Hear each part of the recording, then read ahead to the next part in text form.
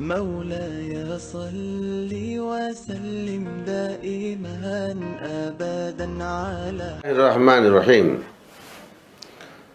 بہت سارا سلسلہ جھاڑ پھونک کا بھی چل رہا ہے.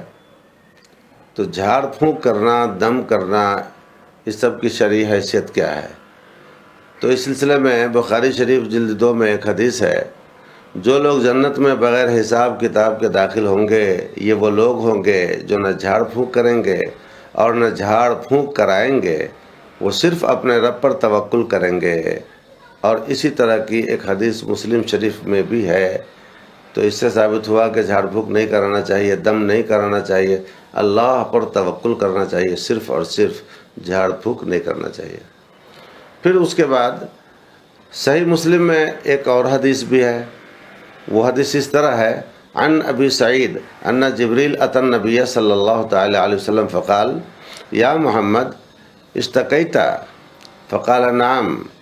قال بسم اللہ ارقیک من کل شیء یؤذیک من شر کل نفس او عین حاسد اللہ یشفیک بسم اللہ ارقیک.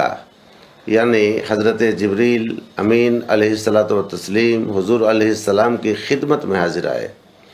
پوچھا یا محمد کیا آپ بیمار ہیں؟ آپ نے فرمایا ہاں میں بیمار ہوں. تو حضرت جبریل علیہ السلام نے یہ کلمات کہے: میں آپ کو دم کرتا ہوں ہر ایسی چیز سے جو آپ کو تکلیف دینے والی ہو، ہر نفس اور حسد والی آنکھ سے. اللہ کے نام سے دم کرتا ہوں، اللہ آپ کو شفا دے. اللہ کے نام سے آپ کو دم کرتا ہوں.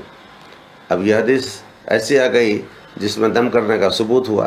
پہلی والی حدیث ایسی آئی جس میں دم کرنے کا انکار نظر آتا ہے.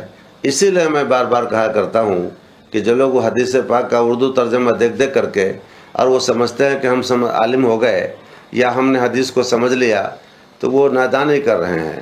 حدیثیں پڑھی ہے تو ایک حدیث دوسری حدیث سے ٹکراتی ہوئی معلوم ہوں گی. اب وہاں پر کیسے آپ تطبیق دے پائیں گے؟ تو کیا دونوں حدیث کو غلط کہیں گے؟ یہ بھی گمراہی. اور ایک حدیث کو غلط کہیں گے، ایک حدیث کو صحیح کہیں گے تو وہ بھی بغیر دلیل کہیں گے تو وہ بھی گمراہی.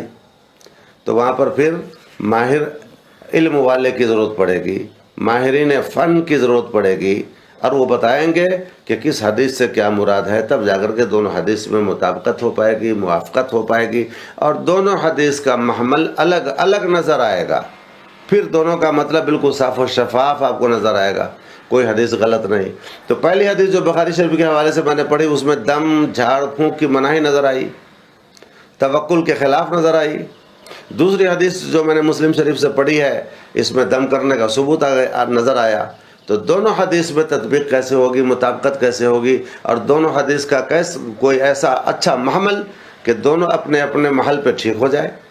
تو اس کے بارے میں فقہاء کرام نے بتایا ہے کہ جس میں منع کی بات آئی ہے تو اس سے مراد وہ کلمات کفریہ، دور جاہلیت کے کلمات، کہ جو کفری کلمات ہوتے تھے ان کے معبودان باطل کے نام اس میں ہوتے تھے، یا ایسے کلمات کے جن کا معنی مطلب نہیں سمجھا جاتا تھا، تو ان کلمات کے ذریعے دم کرنا، جھاڑ پھونک کرنا یہ ناجائز ہوا، اور حدیث اسی کی مخالفت کر رہی ہے.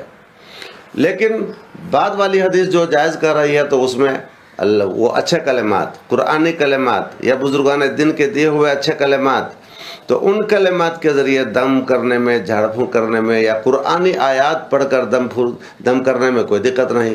کسی کے سر میں بڑا شدید درد ہوتا ہو، کیسا بھی درد ہوتا ہو، اگر آپ 3 مرتبہ قل اعوذ 7 مرتبہ قل اعوذ برب الناس پڑھ کے پھونک دیجئے، دم کر دیجئے، انشاءاللہ اس کا درد ختم ہو جائے گا.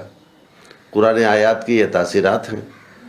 تو حدیثوں کو سمجھنے کے لیے ضروری ہے کہ کسی ماہر فن سے رابطہ کیا جائے، کامل عالم سے رابطہ کیا جائے، پھر وہ آپ کو بتائیں گے کہ کس حدیث کا کیا مطلب ہے.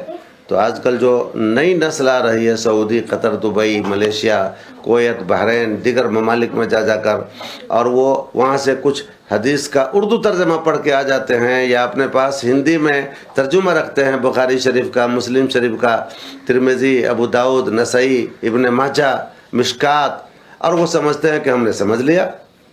تو یہ بڑی نادانی کر رہے ہیں.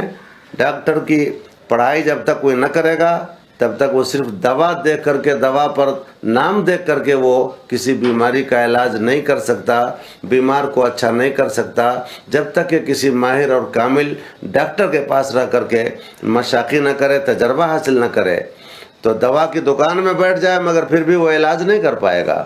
اسی طریقے سے حدیث رسول کو سمجھنے کے لیے صرف ترجمہ والی کتاب پڑھ کے ہندی میں اردو میں وہ سمجھے گا کہ ہم نے حدیث جان لیا تو وہ گمراہ ہو رہا ہے۔ ان کو چاہیے کہ وہ ماہر عالم سے، کامل عالم سے رابطہ کریں اور ان کے ذریعے حدیث کا صحیح معنی مطلب سمجھنے کی کوشش کریں۔ علماء 10 سال 12 سال 15 سال 20 سال محنت کرتے ہیں، اس کے بعد بھی محنت کرتے رہتے ہیں۔ یہ تو تعلیمی زمانہ ہوا، پڑھنے کا دور ہوا، اس کے بعد بھی زندگی بھر جو علماء کتابوں میں لگے رہتے ہیں، ان کی مدد کے بغیر کوئی اردو میں ترجمہ دیکھ کر کے حدیث جان لے گا، یہ ناممکن ہے۔ اللہ تعالی ہمیں ہدایت عطا فرمائے۔